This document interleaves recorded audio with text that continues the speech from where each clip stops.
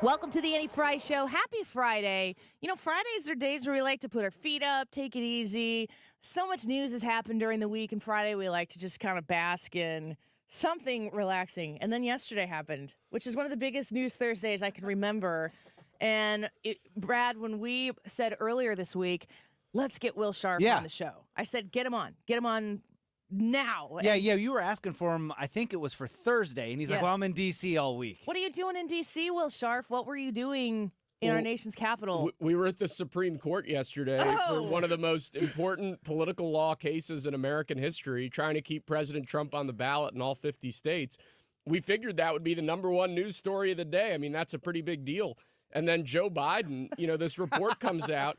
And then he appears to just fold in front of the nation on live TV. I mean, this was one of the craziest days that I can remember for as long as I've been following politics. I said to Brad on the air, I am so excited that we have Will Scharf in to talk about the Supreme Court thing on Friday. This is so great. And then I was really kind of by happenstance, Ryan. Yesterday, I was like, hey, this special counsel report came in. I was reading it out loud, and we get into the well-meaning elderly with a bad poor memory. And we're reading this out loud, and I said to Ryan, I go, on the break, I said, I think we just reacted in a really pretty big way, live, raw on the air. I hope we didn't overdo it. And then the more I found out, Will, the more I'm like, we can talk about the legal ramifications of the special counsel report, but politically disastrous for President Biden. Politically, it's dynamite. I mean, the special counsel's report indicates that Biden's memory has been faltering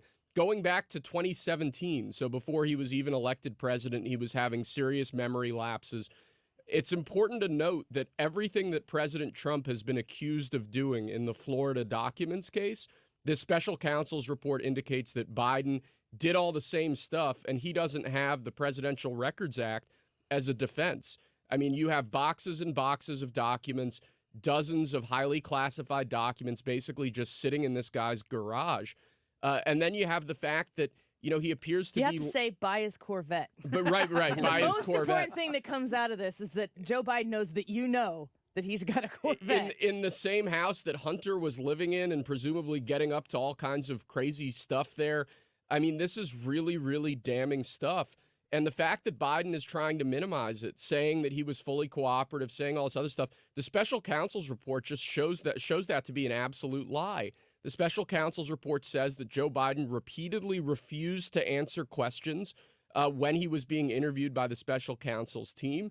It shows serious obstructive conduct, including his ghostwriter deleting hours and hours and hours of recordings of Biden potentially talking about classified documents that he had in his possession. This is absolute dynamite without even getting into the fact that this proves what we've said all along, which is that the Biden DOJ has set up a two-tiered system of justice where one set of rules applies to President Trump and one set of rules applies to Democrats. If Donald Trump has to stand trial for this document stuff in Florida, and I don't think he should, and Joe Biden doesn't similarly have to stand trial, I mean, that's just a serious perversion of the rule of law. So, okay. I was reading your tweets. I was reading so many tweets last night. And we heard this. I'm going to take us back to September here. You saw the photograph of the top secret documents laid out on the floor at Mar-a-Lago. What did you think to yourself, looking at that image? How that could possibly happen. How anyone could be that irresponsible. And I thought, what data was in there that may compromise sources and methods? By that, I mean names of people who helped, or et cetera. And it's just totally irresponsible. That's Joe Biden talking about the image that was taken by the FBI at Mar-a-Lago when they spread all the documents out and then took a photograph and put them out there for everyone to see. He was very surprised by that. Compare his reaction to the Donald Trump documents photographed by the FBI to what we now know to be real about what was discovered at Joe Biden's house next to his Corvette in his locked garage, which is better than being, from Joe Biden's terms, on the street. Well, so first of all, Mar-a-Lago, where the Trump documents were held, is a Secret Service secured facility. So the idea that Joe Biden's security situation was somehow better than President Trump's is insane. But second, Joe Biden's talking about sources and methods. He had taken documents from sit-room briefings. This is top secret, secured classified information that he had just lying around in his garage for years that he was showing to his ghostwriter, potentially to others. I mean, every single thing they have accused President Trump of doing, the special counsel's report accuses Joe Biden of doing. And again, because President Trump was a former president, he has powerful legal defenses relating to that status, including the Presidential Records Act, that as a former vice president, the law just doesn't apply in the same way to Joe Biden. So here you have a clear example of unequal treatment under the law, which is just deeply antithetical to the way things are supposed to work in America. We're speaking with Will Scharf. He's in studio with us, and he's going to be with us here through about 12:45. We're very grateful for his time as he has gotten off a plane this morning from Washington, D.C., where he was present at the Supreme Court hearing yesterday regarding the Trump on the Colorado ballot case that was heard. Will is a former federal prosecutor for the Eastern District of Missouri. He's a former policy director from the Missouri governor's office. He's a candidate for the Missouri attorney general position. And you are also an attorney for President Trump. You are working for him and his legal defense. Yeah, we've been on his legal team now since last August. We're actually, we have this presidential immunity appeal that we're poised to take up to the Supreme Court in a second, trying to make sure that he's not forced to stand trial on the outrageous charges that have been brought against him in D.C. But as you said, it's been a crazy week. But I will say, after spending 4 days in Washington, D.C., it is great to be back in Missouri. Yeah, well, we're incredibly happy to welcome you back home to the Show Me State. So we are going to talk about the Supreme Court hearing. I think we're going to talk about that in the next segment. I am watching your comments come in on the Annie Frey YouTube channel, so you can watch us there. If you have questions, I will go over questions that are posted there in the break and see if we can pull any of those into the conversation here maybe in the next 10 or 15 minutes or so when we come back. Going back to the Joe Biden bombshell news from the special counsel report yesterday that we heard about the documents that were discovered, Joe Biden's knowledge of it, his willfulness in having these documents in his home. Yesterday during the press conference, Joe Biden came out and he cited portions of the special counsel's report saying that there wasn't a willfulness. Yeah. He gave you the page numbers where you could see that the special counsel report said that he wasn't willingly doing this to evade the law. Yeah. So Joe Biden's a liar is the bottom line here. That the special counsel's report concludes that Joe Biden did willfully retain classified information that he should not have retained. What Joe Biden did was he then went through the report where the special counsel details every type of document, every sort of batch of documents that they found at Joe Biden's house. And with respect to some of those documents, the special counsel said that there wasn't evidence that he'd willfully retained those documents. But the overall conclusion of the special counsel's report is that Joe Biden unlawfully, willfully retained classified information that he should not have retained. And Joe Biden is just lying about it to the American people. That press conference was wild. I mean, half the reason they called the press conference was to reassure Americans that Joe Biden's memory was fine. And within 5 minutes, he's calling the president of Egypt the president of Mexico. He forgot where his son Beau's rosary came from as he made this sort of emotional speech about the importance of his sadly deceased son to him. I mean, it was a really weird press conference. And I think from a political standpoint, Joe Biden raised more questions than he answered last night. And I think it's going to be really tough for the Democrats to make the argument that he has the mental capacity to be president of the United States of America. Yeah, I think that the implications out of yesterday's news about the records that were retained by Joe Biden in his home, these classified documents, there are two big questions that come out of it. Maybe three, one of them being the ability to prosecute Joe Biden for these crimes. The recommendation from the special counsel is not to do so because he's not fit to stand trial. That's the way my layman's terms understand it. But Joe Biden is out there saying he's as fit as a fiddle. Yeah, I mean, the Democrats have this incredible catch-22 where either Joe Biden's mental capacity is perfect, in which case the special counsel's report indicates that he should be prosecuted, or Joe Biden is a senile old man, and therefore he can't be brought to trial. But why is a senile old man sitting in the White House with his finger on the nuclear button? I mean, they can't have it both ways here. Either Joe Biden is unfit to be president of the United States of America, or the day that he leaves the White House, he should be indicted for unlawful retention of classified information. That's the conclusion of the special counsel's report. So there is the criminal charges question, which I don't see this ending in charges for Joe Biden for a variety of reasons. We've kind of discussed this already, the political ramifications just seemed like an absolute wrecking ball to Joe Biden's possibility of being an effective candidate for the Democrats against Donald Trump in this November election. But the other question that I have that I think is a very significant one, and I'm going to lean in, Will Scharf, to your legal expertise. We've talked about how the Joe Biden classified documents case compares to the Donald Trump classified documents case. What I hear a lot of, let's just say Trump detractors, maybe TDSers, however you want to label them, they are really pushing in on the obstruction portion of what Donald Trump is facing, saying you had the documents, you were told to comply, you pushed back, you obstructed, you didn't tell the truth.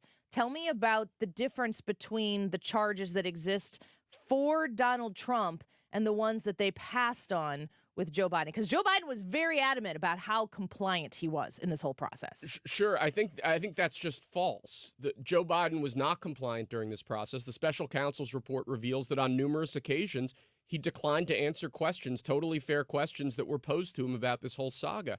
I think it's also really important to note that as a former president, as opposed to as a former senator and vice president, President Trump has legal rights, responsibilities, and prerogatives that Joe Biden just didn't have. This is the Presidential Records Act argument that I've made before, that others have made before. Courts have consistently held that former presidents have essentially an unfettered right to designate documents as being personal as opposed to presidential. I believe that there was no way to prove that Donald Trump knowingly retained information that he knew he wasn't supposed to have, which is what they have to show. It's also worth noting that a president, a former president, or a sitting president has the ability to declassify anything. The classification authority, with a few very narrow exceptions, is a creature of presidential power. So President Trump would have the ability to declassify documents. And one of the reasons I believe that he's been charged under the Espionage Act, as opposed to the more normal unlawful retention of classified information statutes, is that the Biden DOJ didn't want to have to litigate around this idea of the president's declassification authority. Now, with respect to Joe Biden, the case is much clearer and much simpler. If he unlawfully retained classified information, that is a federal offense. He did not have a right to declassify documents. He's not covered in the same way by the Presidential Records Act. If Joe Biden had classified information at his home, if he willfully retained classified information after leaving office as vice president, that's a crime. I believe he should be prosecuted for it.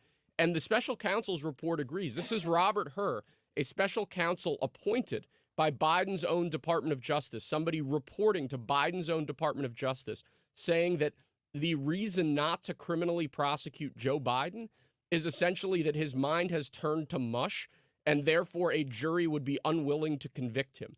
I mean, if that's not damning as to this guy's capacity to continue being president, I don't know what is. I want to ask you this question, which maybe you just asked, or maybe you've answered this, but it's specifically from a listener who I think has good intentions to find out what your response is to this. Annie, can you ask him, this is from Edward, how the Presidential Record Act is a defense for Trump? As far as I know, it's specifically outlined in the act that classified documents are to be returned to the National Archives when the president leaves office. So that's not entirely correct. The Presidential Records Act allows a president to designate which of his records are presidential, and those would be sort of official documents of the nature that do need to be returned to the National Archives, and which of those documents that he has at the end of his term in office are personal documents.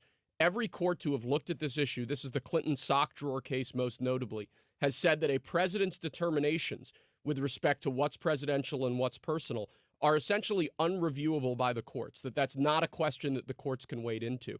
That's why the Presidential Records Act is so important, and it also speaks to President Trump's state of mind.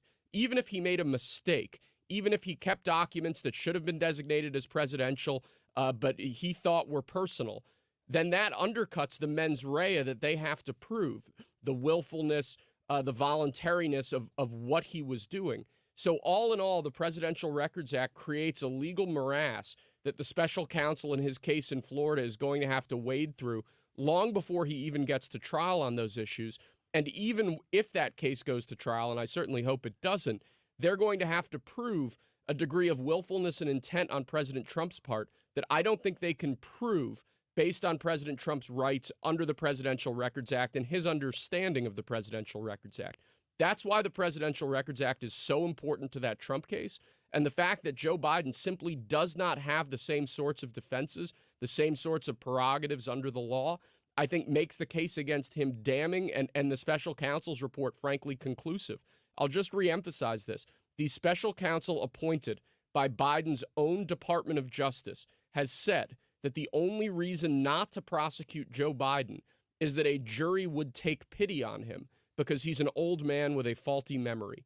I mean, if that is not damning, I don't know what is. We're speaking with the attorney for President Trump, Will Scharf, also a candidate for Missouri Attorney General, former federal prosecutor for the Eastern District of Missouri, in studio. Edward, I hope that answers your question from a very bright legal mind. You're going to stick around for a little bit, right? Yeah, happy to hang out. Man, the questions, the more you answer, the more questions I have. Ryan, you probably got some questions.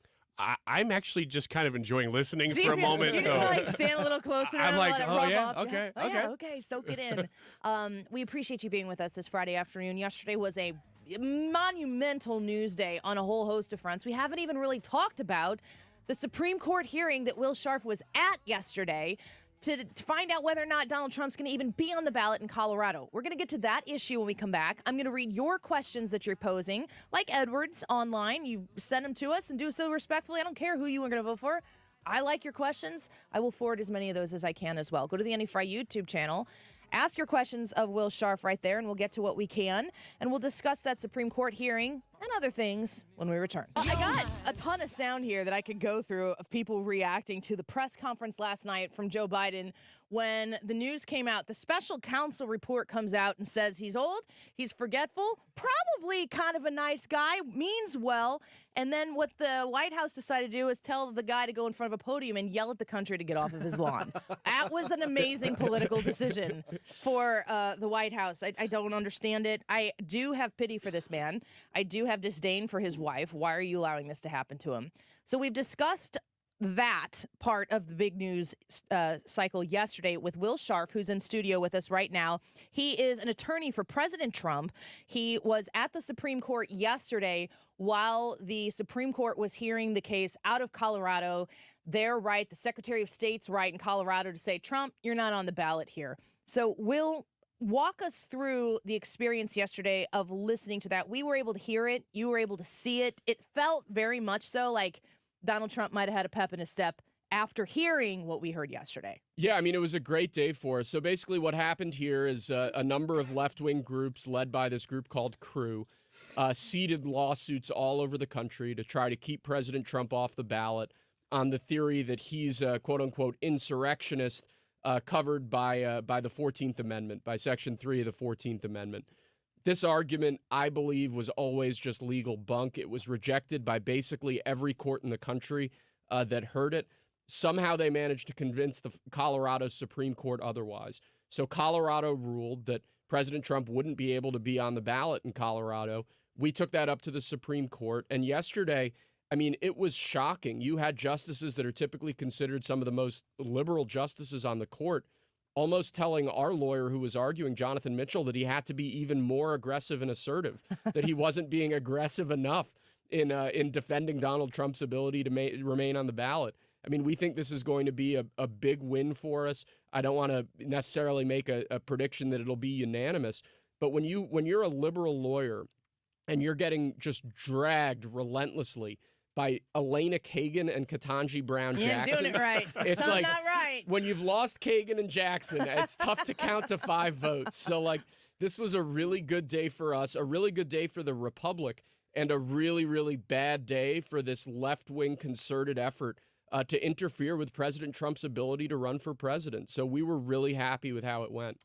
What I keep hearing smart people like you saying, and you can explain this down to my level here in a second, is that if Chief Roberts wants to get a unanimous consent here, it's going to have to be a very narrow ruling. What does that mean? Well, so it depends what you mean by that. I think there are ways. I'm not sure what I mean about that. There are ways they could craft an opinion that wouldn't say that President Trump is conclusively didn't engage in insurrection, but that still would protect his right to be on the ballot. So one issue that came up yesterday is a very old case from the 1860s called Griffin's case, where the Supreme Court Chief Justice at the time basically said that states can't go out on their own in enforcing this provision of the 14th Amendment, that there has to be federal implementing legislation, which there actually was in the 1870s, in order to bring this into effect. And the justices keyed on this because if you don't accept that ruling, if you don't accept this idea that there has to be a uniform federal standard, then every state gets to make its own decision on who is and isn't covered by this provision. And you could end up with the crazy situation where the Democrat candidate isn't on the ballot in any Republican-controlled state, and the Republican candidate isn't on the ballot in any Democrat-controlled state. And to me, that's just sort of the end of our system of electing presidents. That's the end of the republic.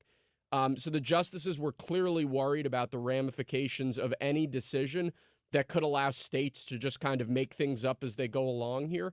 And my guess is that that's where this opinion ends up, with an idea that you need federal implementing legislation for this provision to be brought into effect, for this provision of the 14th Amendment. And that's an absolute win for us. I mean, that was one of our key arguments in our briefing all the way through, and I think we'd all be very happy with any decision that protects the right of President Trump to run for office and to appear on the ballot. We're speaking with Will Scharf here in studio. He's an attorney for President Trump, was present at those hearings yesterday at the Supreme Court. Ryan Wiggins is starting to get awkwardly close to Will Scharf, just trying to bask in this legal expertise. Are you okay? Do you need a fan or something over there? I wouldn't mind a little Brad, fan. can you kind of just cool him down a little bit? No, he's on his own. Deal with it. So, Brad would, in fact, mind. well, she thought I was fanning myself. I was waving. I was saying, I have a question Go for it. Will. So yesterday, I was watching the oral arguments as much as I could. It was basically all morning.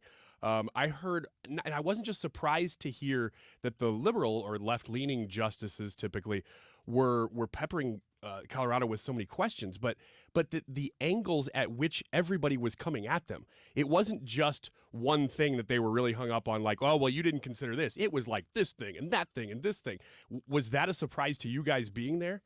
Look, we think our legal arguments were very, very strong, and we're not surprised that the justices saw things the same way. But as you said, the questioning was incredibly aggressive, and some of the justices, I'd actually point to Brett Kavanaugh on this, almost seemed to indicate that they thought this whole case was self-evident, that of course we should be ruling the way you guys are asking.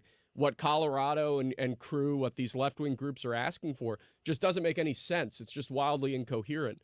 So our lawyer, who's this guy named Jonathan Mitchell, an outstanding conservative lawyer out of Texas, at times he almost had to dial the justices back and lead them through some of the more complicated, what we view as some of the more complicated tensions in the law. And to contrast to that, when the lawyer from Crew was up there, I mean, he was just getting dragged over and over and over again, and the justices kept pulling back to, if you're right, the ramifications are just crazy. And again, we're not talking about Thomas and Alito. I mean, Thomas barely said a word yesterday. Alito was very aggressive, but, Ketanji Brown Jackson, who's a Biden appointee to the U.S. Supreme Court, I mean, she sounded like she was just 100% with us, that she was ready to rule from the bench. I wouldn't say we were shocked by it because, again, our arguments here are really strong.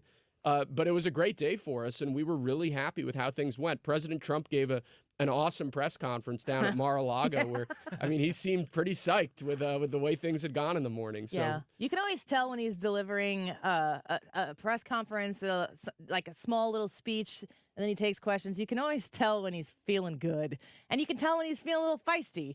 And he was in good form yesterday. Well, look, it's been a great week for him between the Supreme Court, between the Nevada primary where Nikki Haley lost to none of the above, and then the Nevada caucuses.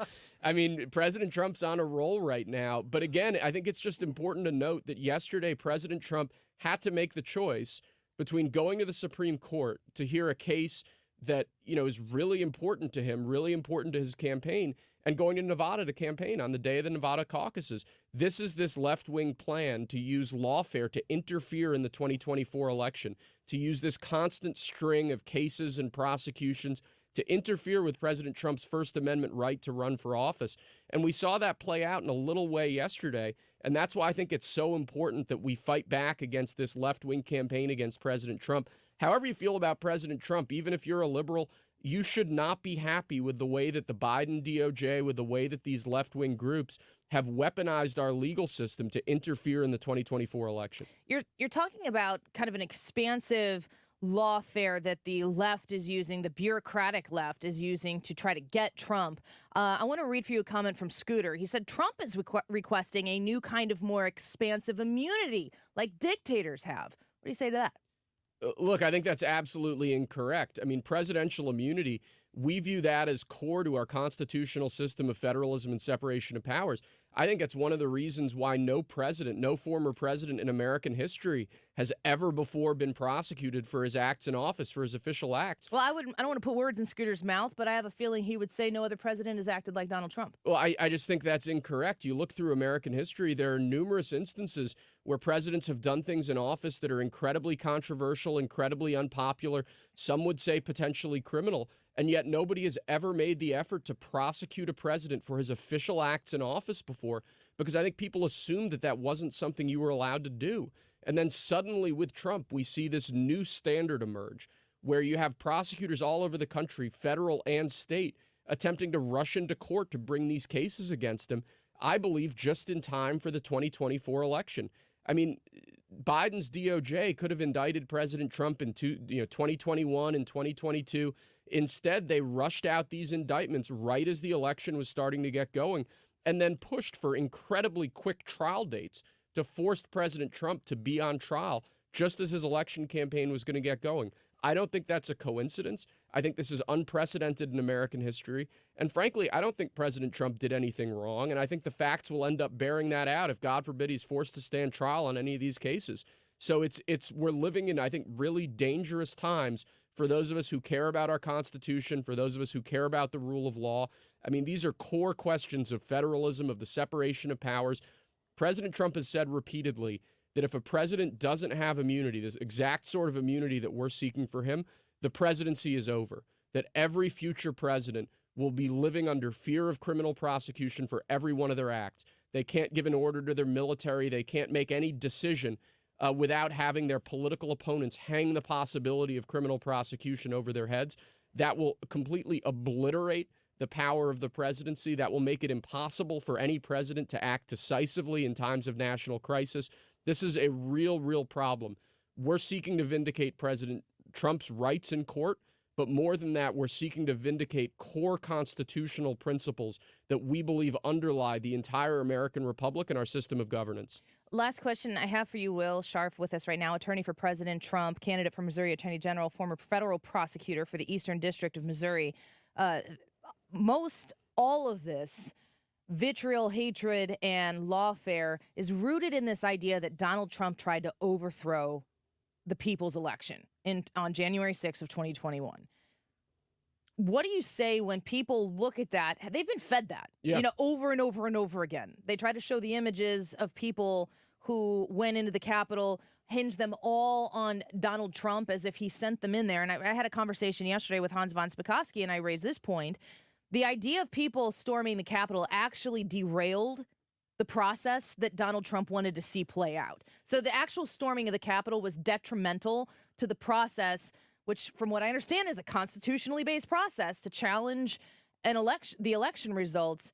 It didn't even end up materializing. And Joe Biden has been the president, somebody tell him, all of these days since he was inaugurated.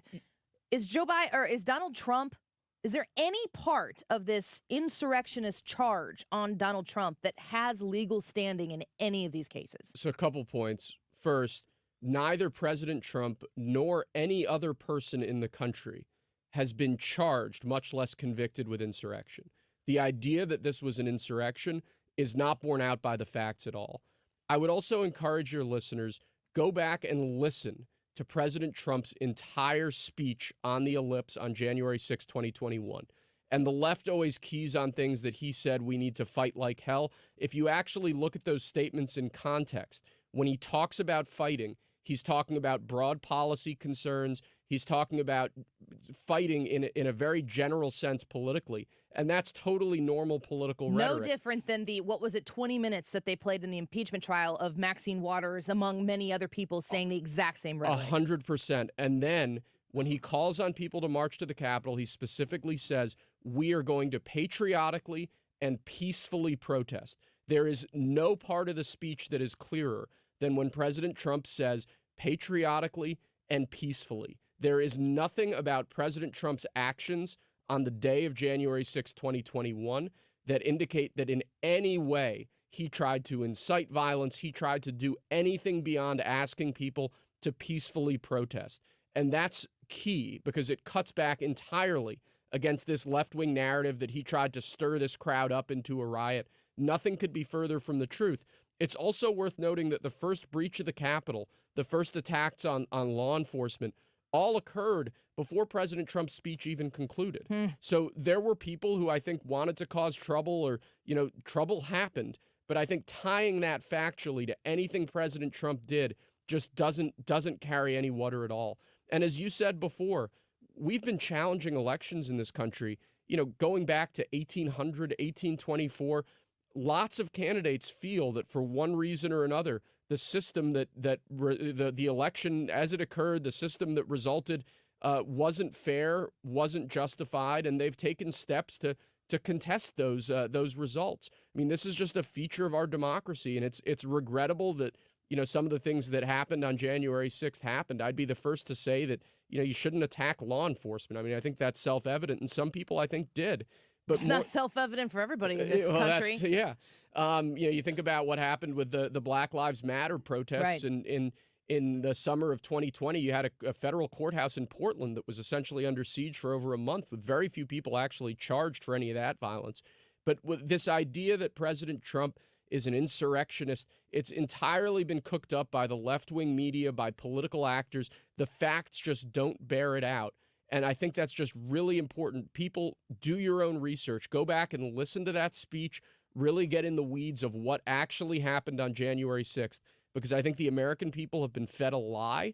And I think that lie has been pushed relentlessly by the mainstream media for purely political purposes. Andy, a listener, faithful listener of the show, a detractor at times, but always respectfully, says, if Trump thought it was detrimental, why didn't he try to stop everyone that day? Why wasn't he upset with the day's events? I think you've kind of answered that. He did. He put out a video saying everyone needs to go home now. I mean, that's the thing that, as soon as it became clear that this was an out-of-control situation, President Trump goes up, as quickly as you can when you're president of the United States of America, and he cuts the Rose Garden video where he says, everybody, it's time to go home. Like, you've made your point, whatever that was, it's time to go home. And people did. So when you actually look at President Trump's acts on that day, it's tough to really pick a bone with them. And that's what I think needs to come out. If, God forbid, that D.C. case or the Georgia case does go to trial, I think a lot of those facts will come out. But if you actually look at the record, it's very different than what's been portrayed in the mainstream media. And I think that's really important. Bonus content came up with another question. I have to ask it. Is shifting off of Donald Trump, I think you've very well articulated his defense on so many different cases that he's facing right now. I want to go back to Joe Biden just to wrap this up. Yesterday, presciently, our YouTube live chat poll was, hey, you think we'll see the 25th Amendment before November? Man. That started at noon. That special counsel story didn't break until like 2 o'clock or something like that. And that question looked a little different at 3 p.m. than it did at noon. Is Joe Biden in jeopardy of being able to finish his actual term, or is that so politically outrageous we're not going to see that? I think there's a strong argument that the 25th Amendment should be brought to bear here. Now, given the way the 25th Amendment, given the way that process works, I think it's highly unlikely that he'll be removed from office between now and next January. But I think people have to be thinking, does this guy really have the capacity to serve another 4 years as president? And I think the answer is pretty clearly no. So there are a number of ways that he can be pulled off the ballot. It's too late, really, for another Democrat to be put on the primary ballot. So Joe Biden could potentially, at the Democrat convention, withdraw himself from consideration. And that would mean that all of his delegates would become unpledged. and the Democrats at the Democrat National Convention would be able to choose a different candidate. If he makes it through the convention and he then withdraws or is forced to withdraw by reasons of health or age or whatever, then Democrat state party chairs would have the ability to decide the candidate. So that's option number 2. Option number 3 is that if he actually makes it through the election and he wins, which I don't think he will, but if he were to, at that point he could resign and then or step back, and then the vice president-elect would take office. But I just think looking at his presentation last night, looking at these increasing questions about his fitness to serve, I find it really difficult to believe that the Democrats are going to continue going down this road if they have any other alternative. And then the question becomes, who can they put up? Right. Who can they put up that could plausibly, compose a national election campaign in just a couple months? What does that look like? And what does that do to Americans' faith in the Democrat Party that they've insisted for years and years and years that Biden is totally capable to serve? And now we find out he's been having significant lapses in memory since 2017. And that's not an accusation being leveled by his political rivals. That's an accusation being leveled at him by his own Department of Justice. I mean, it really is stunning. And I think if you're an honest Democrat out there, you've got to be thinking, what are you doing to your country by putting this guy up for election for another 4 years as president? Yes or no, is Joe Biden still the Democrat presidential nominee? That's today's poll. 50, as of now, he is. 50-50, he makes it through to election You're day. like, well, it's 12:48 on a Friday. Yes, right now. Annie, 2 days ago, I would have told you 100% they're stuck with him. But he was just so feeble and so bad yesterday that I think people have to start running for the hills. You see the attacks coming this morning. They're calling Robert Hur the special counsel. It's like, oh yeah, he's a MAGA guy. Yeah. Notable MAGA activist Robert Hur, who was appointed by Merrick Garland, Joe Biden. Another radical MAGA Republican. It's like, if that's their line, like, it's crazy to me that that's where the conversation is at right now. We've talked about all of it, and you have to come back. Anytime, Annie. I love coming on with you guys. So thanks so much for having me. Tell President Trump we said hi. I will. Thank I you. will. He is the attorney for President Trump, one of them. He is also a candidate for Missouri Attorney General and a former federal prosecutor for the Eastern District of Missouri. Will Scharf. We are going to turn this all around and get it out there in video for you to consume. Boy, do we need to go to a break. Join us on the YouTube live chat. We'll be right back.